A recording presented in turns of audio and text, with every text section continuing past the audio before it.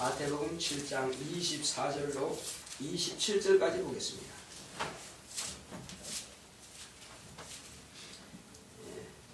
신약성경 12절입니다. 그러므로 누구든지 나의 이 말을 듣고 행하는 자는 그 집을 반석 위에 지은 지혜로운 사람 같으리니 비가 내리고 창수가 나고 바람이 불어 그 집에 부딪히되 무너지지 아니하나니 이는 주초를 반석 위에 놓은 거요. 나의 이 말을 듣고 행치 아니하는 자는 그 집을 모래 위에 지은 어리석은 사람 같으리니 비가 내리고 창수가 나고 바람이 불어 그 집에 부딪힘에 무너져 그 무너짐이 심하니라. 아멘. 이제 주보 요약을 보겠습니다. 주보 오늘의 말씀의 요약을 보겠습니다.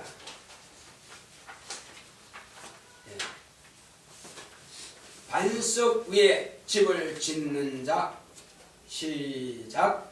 하나님은 조물주이시라. 그가 아들을 보내심은 하나님의 뜻을 이루려 하십니다. 아들이 아버지의 품 안에서 창조자로서 하늘을 지으시며 땅의 기초를 정하실 때에 그 곁에서 창조자가 되어 그의 기뻐하신 바가 되었다. 그가 아버지의 뜻을 따라 세상에 오셔서 마귀를 심판하시고 인류를 죄에서 해방하신 구주가 되셨다. 우리는 예수의 죽음과 연합하여 침례를 통해 옛사람은 예수와 함께 죽었고 그의 부활을 본받아 그와 연합하여 영생에 이른다. 첫 언약에서 주님이 오실 때까지 손으로 지은 전에서 중보의 손을 밀어 짐승의 피로써 육체의 예법이 되어 육체의 죄를 깨끗게 하셨다. 새 언약에서는 손으로 지은 전은 헐어버리고 예수의 몸으로 지으신 성전에서 영원한 대제사장으로 우리의 중보자가 되셔서 당신의 몸을 세축으로 단번에 드린 산제사로 우리 영혼의 죄까지 영원한 대속하셨다.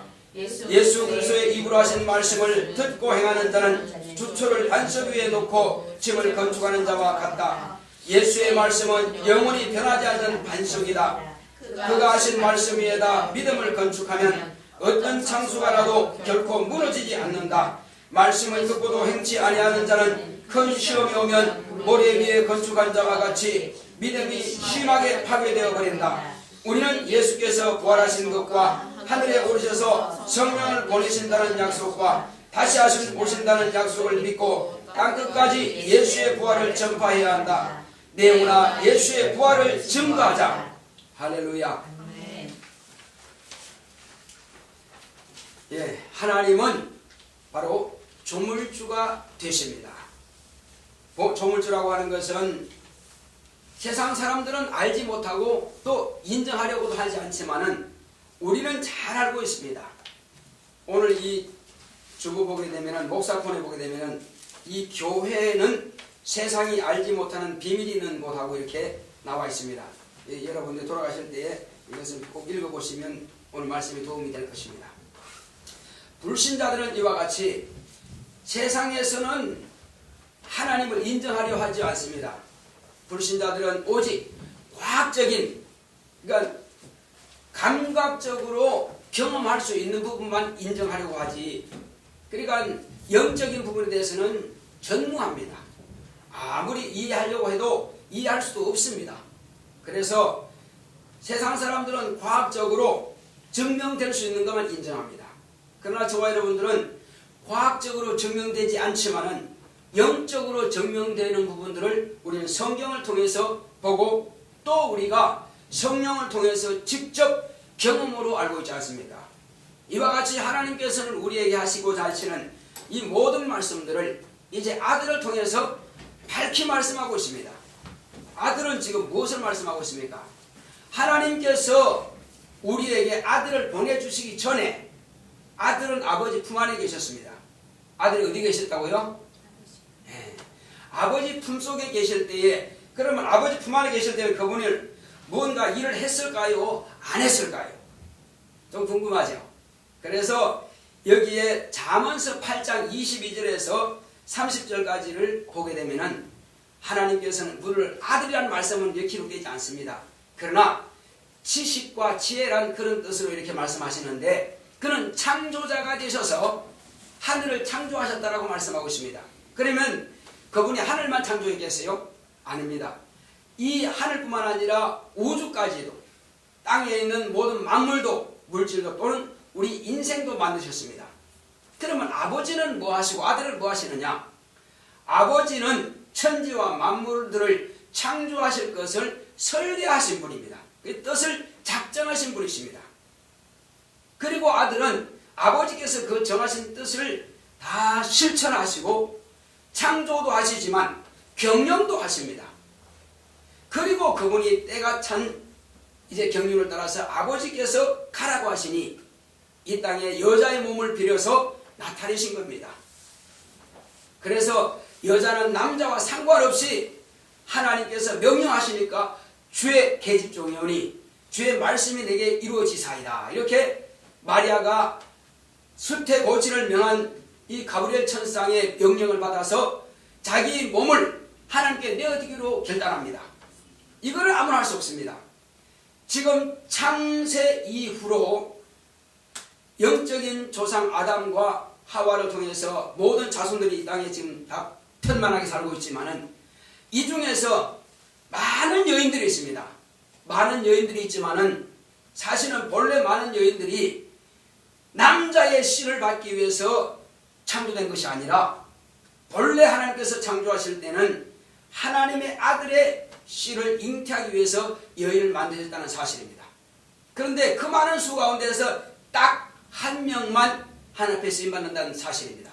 그러니까 이것이 아무에게나 주어진 그런 기회가 아닙니다. 자, 여러분들이 전에 설교 들었을 때에 하나님은 하늘의 대표요, 땅의 대표를 누구로 세웠다 그랬죠? 땅의 대표를 누구로 세웠다 그랬어요? 땅의 대표는 바로 아브라함입니다. 누구라고요?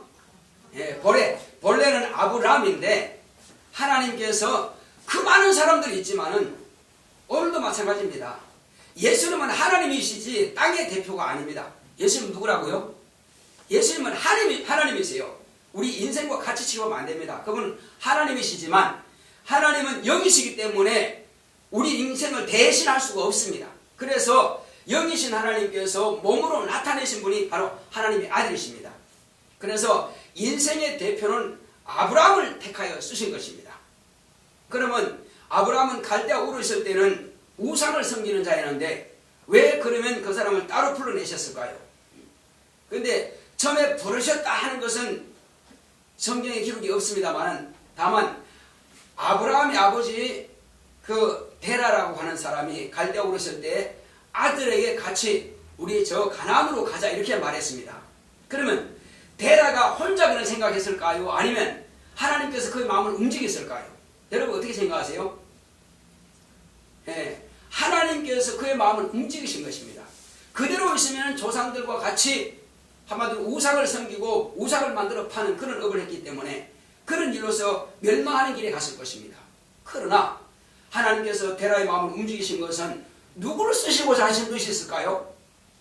데라를 움직여서 그 아들 아브라함을 쓰시고자 하는 것입니다. 그러면 왜 하필 그 많은 사람들을 두고 아브라함을 쓰셨을까요? 그러니까 하나님은 사람의 중심을 본다 그랬죠. 사람은 외모를 보거니와 하나님께서는 사람의 중심을 보신다 그랬습니다. 그래서 사울 왕과 다윗이 다르죠. 사울 왕은 외적으로 볼 때는 참 훌륭하고 기독하고 출중하지만 그러나 그 중심은 틀렸습니다. 그래서 패하시고 다윗을 보니 내 마음에 합한 자로다. 다윗은 왜 하나님께 쓰임 받았습니까? 그는 아버지의 양을 위해서 목숨을 버리기까지 목숨을 다하기까지 아버지를 공경한 마음을 가지고 양을 쳤습니다. 그래서 너는 아버지 양만 치지 말고 내 양을 쳐라 해서 이스라엘의 목자로 삼으신 것입니다. 이처럼 하나님께서 아브라함을 그 조상 아브라함을 부르실 때도 마찬가지입니다. 아브라함이 우상을 섬기는 그곳에 있었지만은 그는 특별히 아버지를 그렇게 공경한 사람이에요. 아버지께서 가자 하면 가고 서자 하면 서고 아버지의 뜻을 그렇게 순종했습니다. 그래서 율법에도 약속이 있는 첫 계명이 뭐죠? 1계명부터 4계명까지는 대신계명, 하나님에 대한 계명입니다. 그건 반드시 지켜야 되는 것입니다. 그러나 대인계명, 이웃에 대한 계명 가운데서 첫 계명은 바로 5계명제인데 이 5계명 바로 내 부모를 공경하라 하신 말씀이에요. 땅에서 사는 날 동안에 부모를 공경하지 않는 사람이 눈에 보이지 않는 하나님을 공경한다는 것은 그건 어불성설이다. 맞지 않다는 것입니다. 그래서 땅에 사는 날 동안에 부모를 공경하되, 그러나 어떻게 공경해야 됩니까? 주 안에서 공경하라 하는 말씀 우리가 분명히 이해를 해야 됩니다.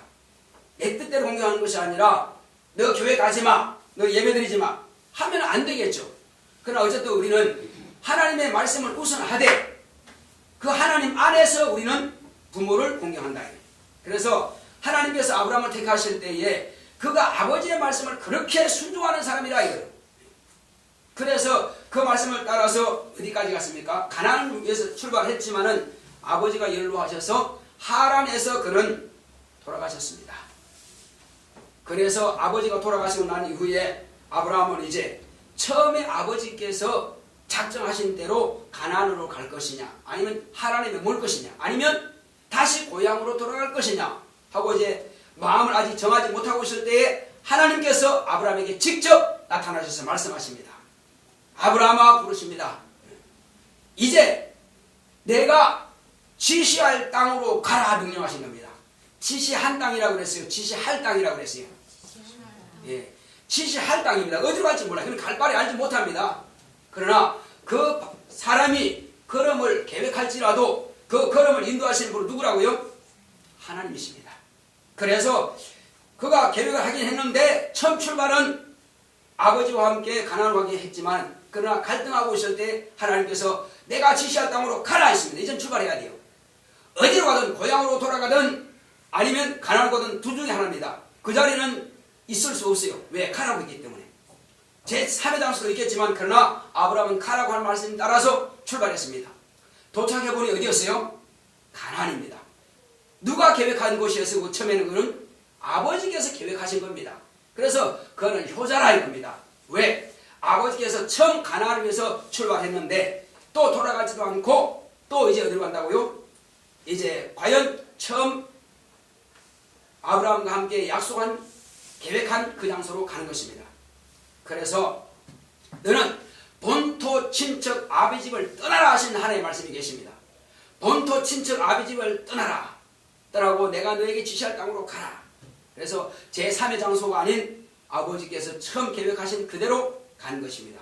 그래서 아버지는 돌아가셨을지라도 아브라함은 끝까지 아버지의 이제 그 유업을 따라서, 아버지의 유언을 따라서 가는 것입니다. 그 가서 이제 하나님께서 도착해보니까는, 아브라함이 도착하니까는 이 땅을 너와 내 자손에게 줄 것이다 이렇게 약속하신 겁니다.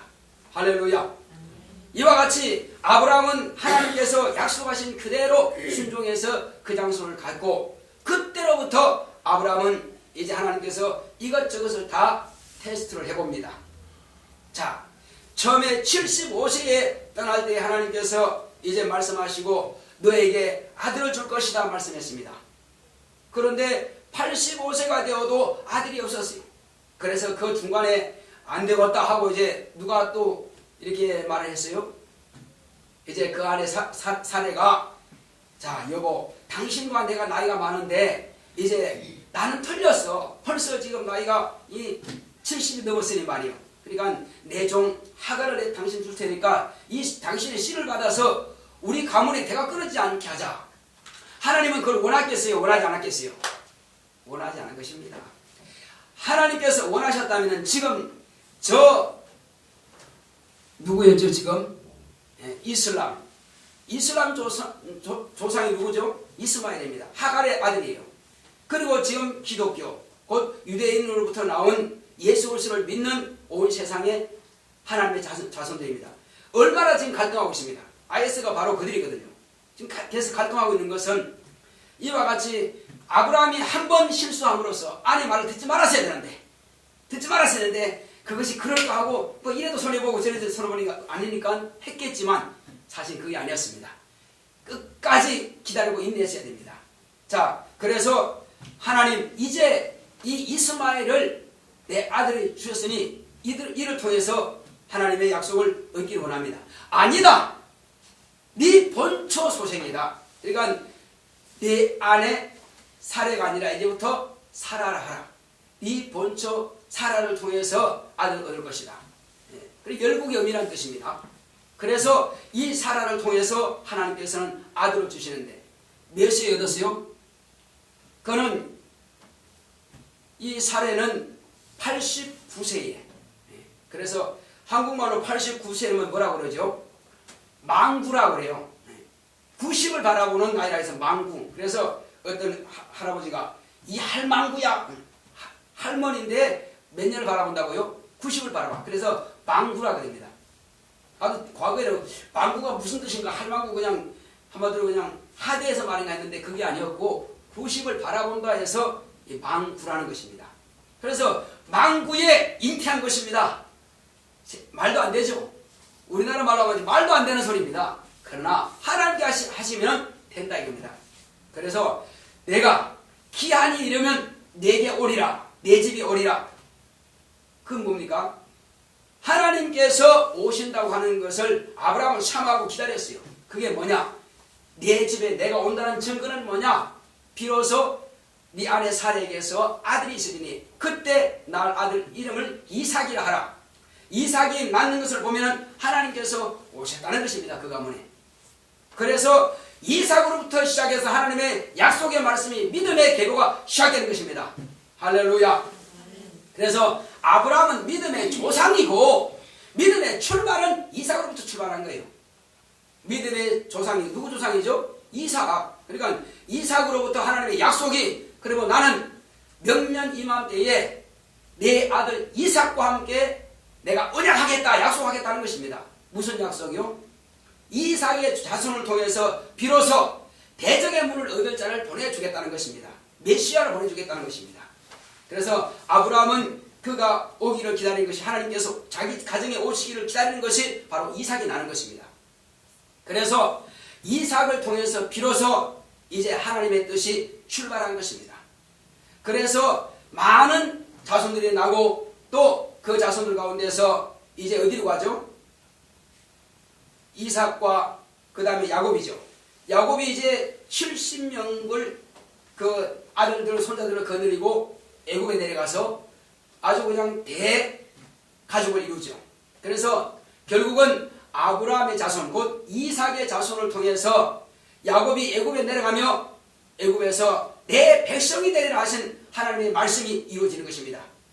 그런데 애굽 사람들은 건강해서 이렇게 또 잘 먹어서 그런지만 아이를 많이 낳지 못하는데, 그런데 이상하리만큼 유대인들은, 특히 히브리인들은 아이를 많이 낳더라고요. 왜? 그들은 노예처럼 종처럼 열심히 부리지만 그러니까 튼튼하고 힘이 있죠. 그러니까 순풍산부인과처럼 순풍순풍 아이를 잘 놓더라 이거죠. 그렇지만은 결국은 아이를 바로가 뭐라 그럽니까? 이제 아이를 그냥 놔두면은 이들이 왕성하게 커서는 적군이 쳐들어올 때 적군과 함께 연합해서 우리 애굽을 칠 것이다 이렇게 합니다. 그래서 장자를 죽이라 그러죠. 자, 그런데 아들들을 죽이라 그러죠. 그런데 아들을 죽이지 않고 몰래 키우는데 5개월쯤 됐을 때에 너무나 우는 소리가 크다 이거예요. 도무지 안 되겠다 해서 레위 지파 한 사람이 이제 그 둘째 아들입니다. 큰 아들은 이제 컸기 때문에 그 둘째 아들 낳아가지고 어디에 보냅니까? 이제 광주에 만들어가지고 거기다가 역청을 칠해서 그 강물에 띄웁니다. 그러나 하나님께서는 그것을 그냥 버리지 아니하시고, 왜? 아이를 그렇게 아끼는 것처럼 하나님께서도 그걸 보신 것입니다. 그 부모의 마음을 보시고 이제 바로 왕의 공주를 통해서 그걸 건지게 만들죠. 그래서 모세라고 하는 것은 물에서 건졌다는 뜻인 것입니다. 그래서 그 모세를 통해서 바로 죄악의 바다와 같고 그 노예 생활하는 온 이스라엘을 애굽의 바로의 손에서 건져내게 하는 것이고 또 홍해에서 건져내게 하시는 것입니다. 할렐루야. 이것은 하나님의 뜻이 있어 그런 겁니다. 그래서 이것은 왜 그러면 노예 생활하느냐? 애굽에서 종살이 하는 것은 온 인류가 마귀에게 종살이 하는 것과 같은 것입니다. 다 모든 것은 뜻이 있어요. 그냥 가난에 놔두고 그 사람 치우면 되지. 왜 그랬을까? 뜻이 뭐라고요? 애굽에서 종살이 하는 것이라고 하는 것은 온 인류가 다 마귀에게 매어서 노예 생활 종살이 하는 것과 같다는 것입니다. 그래서 이들을 건져낸다고 하는 것은 뭐냐? 마귀에게서 건져낸다는 의미와 같은 뜻이 있는 것입니다. 그래서 이제 모세가 건져낼 때 나올 때 애굽 땅에서 바로 이스라엘 백성들을 어디를 통과합니까? 홍해를 또 통과하게 만들죠. 홍해는 뭡니까? 홍해는 빠지면 다 죽는 것입니다. 이스라엘 백성들은 살아남았지만은 바로의 그 군사들은 다 죽었습니다. 몰살당한 겁니다. 약속이 있는 자만, 약속을 가진 자만이 살아남는 것이지 약속이 없이 임의로 움직였다가는 죽는 것입니다. 이것은 뭘 또 말하는 겁니까? 이건 침례를 말하는 것입니다. 자, 그러면 침례가 그때만 있었을까요? 아니요. 침례가 그때만 있는 것이 아니라 노아 때도 있었는 것입니다. 그러니까 하나님께서 마음에 합당한 자 노아의 한 가정만 택하시고 모든 인류를 물에다가 수상시켰습니다. 그건 뜻이 있죠. 이 침례라고 하는 것은 옛사람은 장사 지낸다. 옛사람은 장사 지낸다는 의미가 있습니다. 장사 지내고 노아의 가정을 통해서 새로운 이제 나라가, 새로운 세상이 준비가 되죠. 마찬가지입니다. 이스라엘 백성들이 침례를 받았다고 하는 것은 이제 애굽의 바로의 종이 아니라는 것입니다. 광야에 왔을 때는 하나님께서 그때로부터 내 백성이라는 것입니다. 홍해를 건너고 나서야 비로소 하나님의 백성이라고 하는 칭호를 받게 되는 거죠. 뭘 통해서요? 침례를 통해서. 자, 이와 같이 침례를 통해서 홍해에 들어왔는데 여기서 바로 가면 사흘 길밖에 안 됩니다. 그런데 이제 누굴 보냅니까? 이스라엘 백성들은 대표자 12명을 택해가지고 이제 가나안 정탐을 하게 만듭니다. 그런데 돌아오면서 보고하는 사람들이 각자 다르더라. 그래서 이제 누구만 하나님의 뜻에 합당했죠? 하나님의 뜻에 합당한 자의 여호수아와 칼렙만, 바로 그들이 아무리 병거가 세고 수가 많고 그렇다 할지라도 결코 여호와를 이기지 못한다. 우리는 여호와의 백성, 그 하나님의 백성이다. 그러므로 우리의 밥이다, 먹으러 가자 하는 것입니다. 그게 맞다 이겁니다. 병거가 아무리 철병거가 있고 안악자손은 네피림처럼 그렇게 키가 크고 장대하다 할지라도 그들은 하나님께서 쓸어버리면 아무것도 아니다 그죠. 그러니까 홍해를 건너게 하는 것도 이스라엘 백성들 자기의 능력으로 걷는 겁니까? 하나님의 능력으로 걷는 겁니까? 자, 그러면 애국에서 나올 때에 자기의 힘과 자기의 병기와 자기의 용맹을 가지고 나온 겁니까? 바로 손에서 나온 겁니까? 하나님의 능력으로 나온 겁니까? 그렇죠. 아니 그 믿음만 있으면 충분히 애국에서 나온 우리가, 그때는 바로라고 하는 것은요, 지금 미국의 오바마 대통령처럼 막강한 권력입니다. 전 세계적으로 가장 센 권력자입니다. 자, 그런데 그런 센 권력자도 감히 잡지 못하고 데려가라, 나가라, 그리고 검은 보화까지도 다 손에 쥐어줘서 나가게 만듭니다. 큰 재물을 이끌고 나오려 말씀하신 대로 이루어지는 것입니다. 이제 이스라엘 백성들이, 아주 히브리인들이 두렵습니다. 제발 좀 나가주시겠습니까? 검은 보화를 줄 테니까 나가주시겠습니까? 그 전에 뭐 했습니까? 종처럼 막 채찍으로 패고하더니 이제는 하나님께서 함께 하시니 완전히 데워가는 사람이 됐습니다. 그래서 내 백성을 보내라 하신 말씀에 따라서 확실하게 하나님 백성이 되었고, 그리고 이제 광야에서 이와 같이 하나님을 섬기게 되죠. 그러나 그들이 이제 하나님께 대해서 뭐라 그럽니까? 원망합니다. 뭐라고 원망합니까? 자, 우리가 매장지가 부족해서 애굽에서 죽게 하지 않고 여기서 이제 우리가 가나안에 들어가서 죽게 하느냐? 우리와 우리 자손들을 저들이 다 종삼을 것이다, 빼앗을 것이다. 우리 돌아가지 말자, 가지 말자. 차라리 어디로 가자? 다시 애굽으로 돌아가자, 이렇게 말합니다. 그런데 여호수아와 갈렙은 아니다, 하나님께서 우리와 함께 하시니 반드시 이기게 하실 것이다, 성전이 우리 것이다 하는 겁니다. 그래서 그러냐? 그렇다면은 너희 소원대로 되게 하겠다. 누가 말씀하셨어요? 하나님께서 뭐라고 하신다고요? 그래, 너희들이 과연 그렇다면은 너희 자손들은 들어가려니와 너희들은 못 들어간다. 너희들이 들어가기 싫어하니 너희들이 이 광야에서 다 엎드러질 때까지 내가 기다리겠다. 그래서 갔다 온 날수가 며칠이라고 그랬어요? 40일 동안 갔다 왔는데 하루를 1년으로 환산해서 40년이라. 그래서 20세 이하만 들어가고 20세 이상은 군대 갈 수 있는 사람들, 그 사람들은 모두 다 못 들어가는 것입니다. 그래서 믿음이라고 하는 것은 목숨을 걸고 바칠 수 있는 능력 있는 사람이 평안을 얻을 수 있으며 누릴 수 있는 권리가 있는 것입니다. 그게 두려워하는 사람은 못 들어가는 거예요. 그러나 누구만 들어갔어요?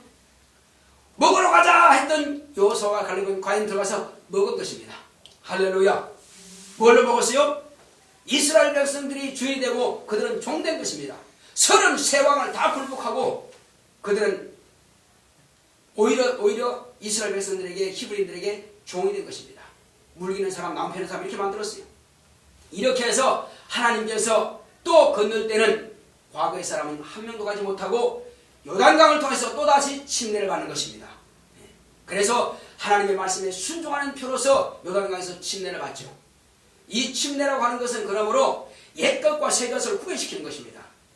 자, 그래서 이제 이후로 많은 사람이 번성하고 아브라함과 다윗 자손 예수 그리스도가 나오기를 기다렸을 때 누가 침례 요한을 통해서 예수님께서 이 땅에 오신 것을 확실하게 나타내고 있죠. 뭐라 합니까? 바로 보라, 이는 하나님 앞에 있는 어린 양이로다. 하나님 앞에 있는 어린 양이 뭡니까? 그는 하나님 앞에서 죽임당하여 온 이스라엘의 죄를 대속하는 속죄물인 것입니다. 그래서 유월절 제사, 유월절은 무슨 뜻입니까? 유월절은 이스라엘 백성들이 애굽에서 나올 때에 문설주와 임방의 양의 피를 바른 것입니다. 이처럼 예수님이 유월절에 죽임을 당하신 겁니다. 언제 죽임 당했다고요? 유월절날. 그날이 바로 금요일이죠. 유월절날 죽임 당하고 안식일날 땅의 무덤 속에 있었고 안식 후 첫날에 비로소 그는 부활하신 것입니다. 오늘이 무슨 날이죠? 예수님 부활하신 날이죠. 이 부활하신 날에 주님께서 과연 우리에게 말씀하신 것, 온 천하 다니며 만민에게 복음을 전파하라, 제자들에게 말씀하셨죠. 그리고 예수님께서는 이제 침례를 선포하신 것입니다. 뭐라고 하셨어요? 자, 너희는 침례를 받으라 하신 겁니다. 이는 예수님께서 부활하시고 난 이후에 하신 겁니다. 근데 성찬을 언제 했어요? 예수님께서 잡히시던 밤에 돌아가시기 전에 성찬을 명령하셨고, 침례는 예수님께서 부활하신 이후에 침례를 받으라 하신 것입니다. 그리고 여러분들이 침례 받았습니까? 그러면 여러분들은 예수님의 부활의 증인인 것입니다. 어디 있습니까? 여러분과 저의 몸에 침례를 통해서 예수님의 부활하신 것이 증거가 되는 것입니다. 할렐루야. 그리고 이전에 예수님께서도 침례로부터 침례 받았죠. 예수님 받은 침례, 우리가 받은 침례는 다릅니다. 예수님은 아브라함과 다윗의 자손으로 나섰을지라도 물론 혈통이 아닙니다. 아브라함과 다윗의 혈통이 아니고 아브라함과 다윗이 무엇을 가진 겁니까? 믿음을 가진 겁니다. 아브라함이 가졌던 믿음, 다윗이 가졌던 그 믿음, 메시아가 오신다는 믿음.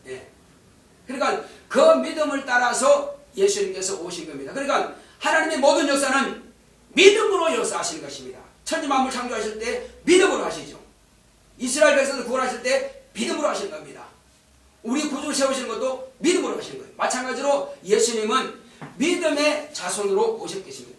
그래서 아브라함은 믿음의 조상이고 이삭이 믿음의 자손이죠. 그래서 믿음의 자손 중에서 대적의 문을 얻을 자가 나온다. 바로 예수님이 이와 같이 이는 천하 만민을 구원하시는 구주요, 그리고 천하 만민에게 복이 되시는 바로 복인 것입니다. 우리는 복을 받은 자요, 예수님은 복인 것입니다. 할렐루야. 복하면은 하늘에서 돈다발 떨어지고 쌀가마니 떨어지면 그게 복이 아니고요, 그것은 복 없는 사람도 누릴 수 있습니다. 복이라고 하는 것이 뭐냐? 우리 영혼이 영생에 이르는 것을 말하는 것입니다. 영혼이 잘 되어야 범사도 잘 되고 육체도 강건함을 얻는다고 성경 말씀하고 있죠.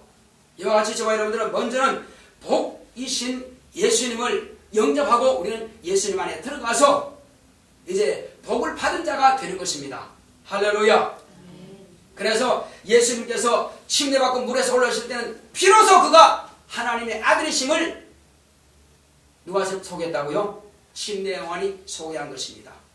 누구 위에든지 성령이 그 위에 임하시는 것을 보거든 그가 불과 성령으로 침례해 주실 이인 줄 알라 하신 것입니다. 불과 성령으로 침례해 주신 분이 누굽니까? 바로 예수님 것입니다. 성령과 불로 여러분과 제가 살아있을 동안에 예수 믿으면 성령으로 침례를 받게 되는 것이요, 그러나 믿지 않고 끝까지 예수를 부인하면 마지막에는 불못에다가 침례를 주실 분이라는 것입니다. 두 가지입니다. 우리를 구원하러 오신 구주를 영접하지 못하면은 영접한 사람은 성령으로 침례받고 영접하지 못한 사람은 무엇을 받는다고요? 불로 침례를 받고 다뤘다는 것입니다. 그래서 침례원이 이와 같이 소개한 것입니다. 그래서 예수님이 하나님의 아들이심을 선포했습니다. 그러나 예수님께서 뭐라고 하셨어요? 침례요한이 나를 소개했느냐? 나는 사람에게서 증거를 취하지 않는다고 하신 것입니다. 왜? 사람은 변할 수 있기 때문에. 침례요한이 예수님을 이와 같이 소개하고 나서 침례요한이 변했어요? 안 변했어요? 변했어요? 안 변했어요? 변했습니다. 어떻게 변했습니까? 감옥에 갇혀서 이제 죽기 직전에 왔습니다. 분명히 그는 이제 죽게 될 것입니다. 제자들을 예수님한테 보냈습니다. 뭐라고 보냈습니까?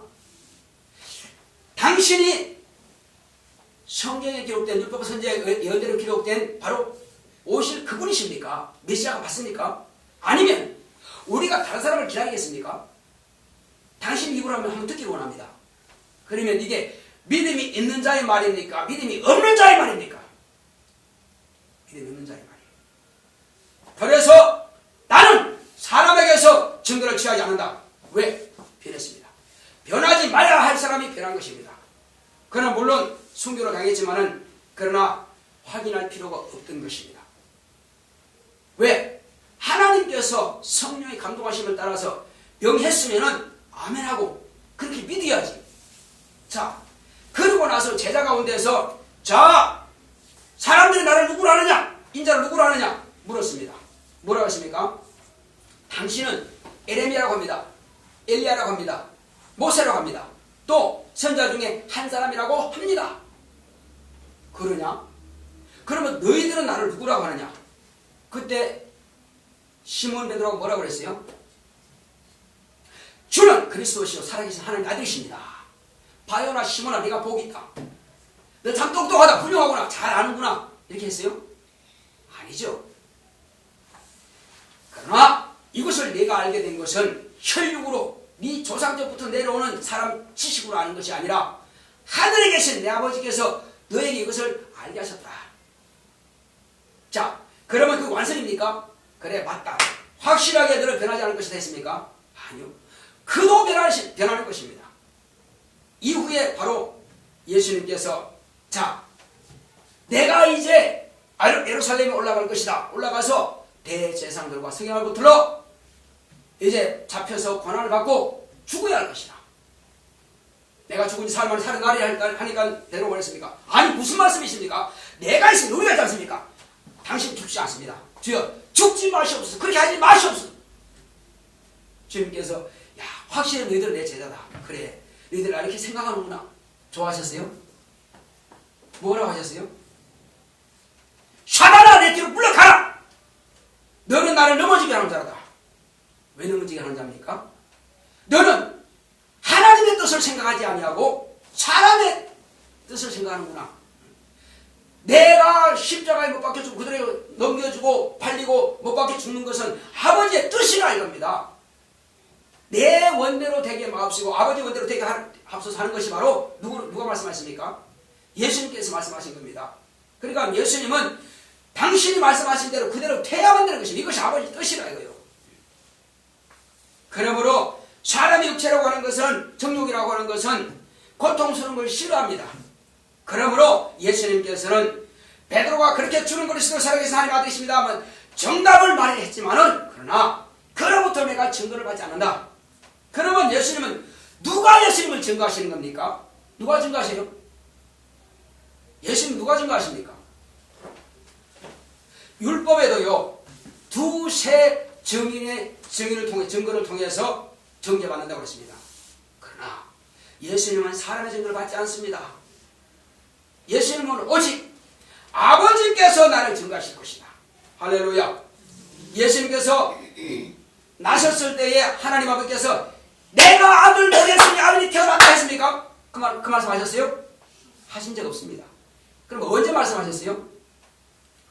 침례원으로부터 침례받고서 물에서 올라오실 때 그때 말씀하신 것입니다.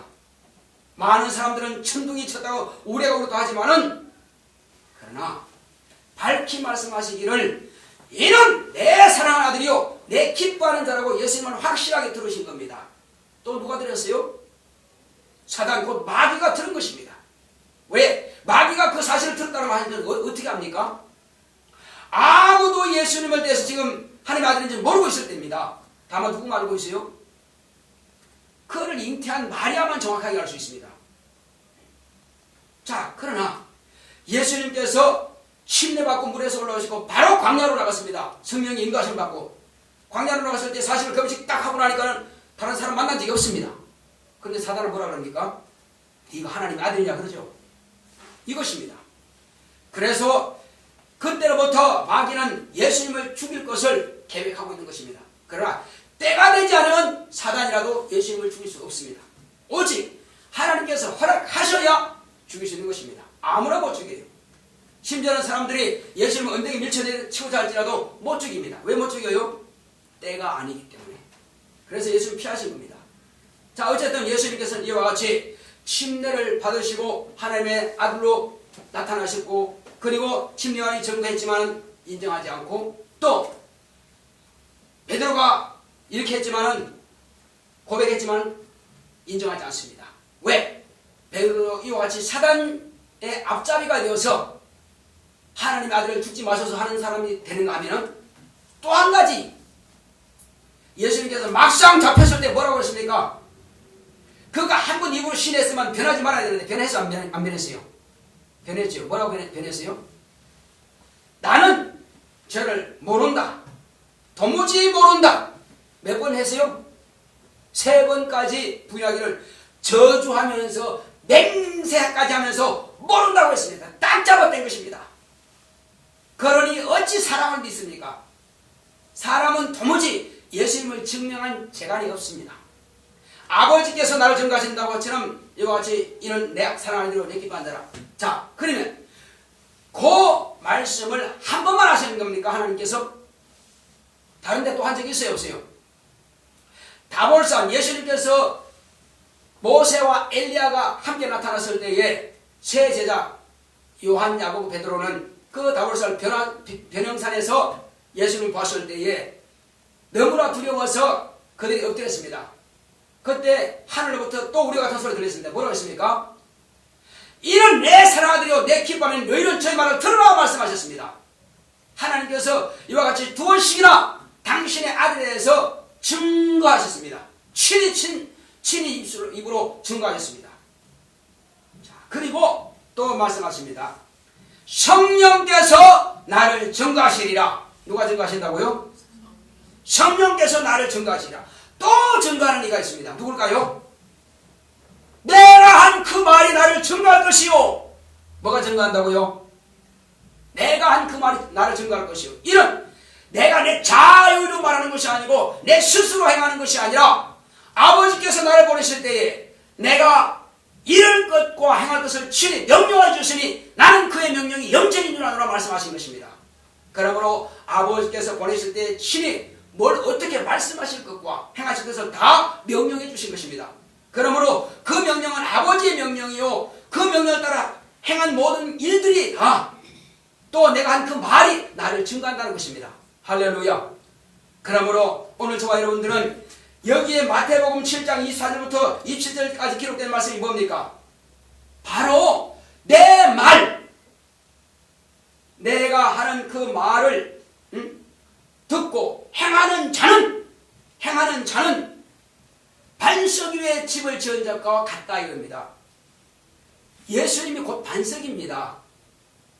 예수의 말씀은 그러므로 반석이라 이겁니다. 율법은 온전치 못합니다. 그래서 율법이라고 하는 것은 용서가 없습니다. 율법에는 은혜가 없습니다. 율법은 정죄의 법입니다. 정죄의 법도 양의 피를 통해서 육체의 율법, 육체가 잘못한 것에 대해서 사함을 받는 기회가 주어집니다. 양의 피를 통해서. 그러나 그것은 육체까지 뿐이지 마음의 죄는 어떻게 할 거냐? 아담 때부터 내려오는 원죄는 어떻게 할 거냐? 네 영혼의 죄는 어떻게 할 거냐? 사망의 길이 없습니다. 왜? 짐승은 영적인 요소가 없다는 사실이에요. 그래서 하나님의 아들이 이 땅에 말씀이 육신이 되어 오셔서 저와 여러분들의 죄를 담당하시고 그는 육체로가 흙으로 돌아가는 것이 아니라 그대로 부활하신 것입니다. 뭐가 부활했다고요? 예수님의 몸이 부활한 것입니다. 우리는 육체는 흙으로 돌아갑니다. 우리가 부활한 것은 영이 몸이 되는 것입니다. 그래서 우리의 몸과 예수님의 몸은 다른 것입니다. 그래서 예수님의 몸은 영원히 변하지 않는 신령한 몸이기 때문에 그 몸으로서 피로서 우리의 죄를 담당할 수가 있는 것입니다. 없어지는 육체 같으면 우리 죄를 담당할 수 없습니다. 그래서 예수의 피 한 방울이 아니라 예수의 목숨이 죽음을 통해서 우리의 죽음을 우리의 지옥에서 고통받을 그 멸망을 대신 대속하여 주신 겁니다. 할렐루야. 그래서 그 말씀을 바닥에 깔고 그 믿음 그 위에다가 나의 믿음을 건축해야 어떤 시험이 와도 나를 육체를 죽인다 할지라도 요동치 않고 그 믿음이 파괴되지 않는 것입니다.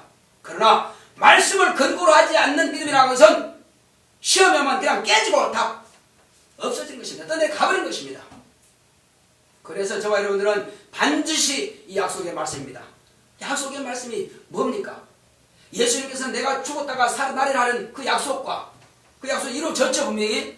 그리고 내가 분명히 살아난다는 말씀대로 살아나셨습니다. 40일 동안 제자들과 함께 있습니다. 예수님 부활하셨습니다. 그리고 하늘나라 가면은 내가 몇 날이 못돼서 성령을 보내줄 것이다. 그 약속이 있습니다. 여러분 보내주신 걸 경험했어요? 안 했어요? 다 경험했죠? 방을 말하고 있죠? 능력이 나타나고 있죠? 이와 같이 저와 여러분들은 이미 예수님께서 약속하신 그 약속대로 예수님은 하늘 보좌에 가 계신 것이고 그리고 그분이 하늘 보좌에 계시다는 증거로서 아버지께로부터 성령을 받아서 성천하신 이후에 열흘 만에 성령 부으시고 지금도 그 동일한 성령을 보내시고 계신다는 증거입니다. 그럼 예수님은 지금도 살아계셔서 하늘 보좌에 계신다는 증거가 나타낸 것입니다. 그리고 내가 다시 온다고 약속하신 것입니다. 할렐루야. 자, 호령과 천사장의 나팔소리와 함께 다시 너희를 데리러 오겠다고 약속하십니다. 첫째 부활에 참여할 합당한 자, 하나님의 예수님의 약속의 말씀 위에서 우리 믿음을 건축한 자라면 그때 첫째 부활에 참여할 것입니다. 이 사람들이 복이 있다는 것입니다. 첫째 부활에 참여할 자들이 복이 있다는 것입니다. 율법 아래 있던 사람들은 한 명도 첫째 부활에 참여하지 못합니다. 오직 예수님의 피 흘리신 공로 이후에 난 사람들만이 첫째 부활에 참여할 자들입니다. 그래서 왕같은 세상의 신분을 가지고 천년 왕대 사람들을 가르치고 세상과 같이 왕노릇할 자들인 것입니다. 그래서 우리는 우리의 믿음이 이 말씀을 반드시 근거해야 되는 겁니다. 무엇과 무엇이라고 그랬어요? 예수님께서 죽으셨다 부활하신 것을 믿는 것과 그리고 예수님께서 하늘로 올라가신 약속하신 성령을 보내주신 것과 다시 오신다는 그 약속을 저희들은 믿음을 가져야 될 것입니다. 할렐루야. 죽으셨다고 부활하신 것은 피는 우리의 죄를 정결케 하신 것이요 말씀은 곧 육체는 예수님의 몸은 우리의 영원한 영생을 주시는 것이요 그리고 그 이후로 우리에게 주신 것들은 채찍에 맞으신 것과 평생 가난하게 사신 것과 가난하게 사심으로 우리에게 부욕해 하시고 채찍에 맞음으로 우리 병을 담당하셨고 가시면역 쓰심으로 우리의 염려와 근심과 두려움을 다 그분이 가져가신 것입니다. 어느 것 하나 그분이 우리에게 담당하지 않은 것이 없습니다. 모든 전인 구원인 것입니다. 어느 한 부분이 아니고 모든 것을 다 담당하십니다. 우리 영혼까지라도. 할렐루야. 그래서 이 말씀을 믿음으로 가졌느냐 가졌으면 여러분들은 결코 칼 앞에서도 총 앞에서도 죽음 앞에서도 담대하게 나는 예수를 부인할 수 없어 하고 차라리 죽는 것이 낫다는 것입니다. 이것이 저와 여러분들의 믿음인 것입니다. 이걸 초월하면 안 됩니다. 아무리 평안하든지 간에 아무리 전쟁이 나든지 간에 오직 저와 여러분들의 믿음은 주님의 말씀을 근거하고 내가 예수의 이름을 결코 부인하지 않고 죽음을 택하리라 하는 그 믿음을 갖는 것입니다. 이 믿음을 가진 사람은 마귀도 어찌할 수 없고 귀신도 어찌할 수 없고 우리는 오직 영생의 길만 갈 뿐입니다. 할렐루야. 이것이 오늘 부활의 의미인 것입니다. 다른 것이 아니에요.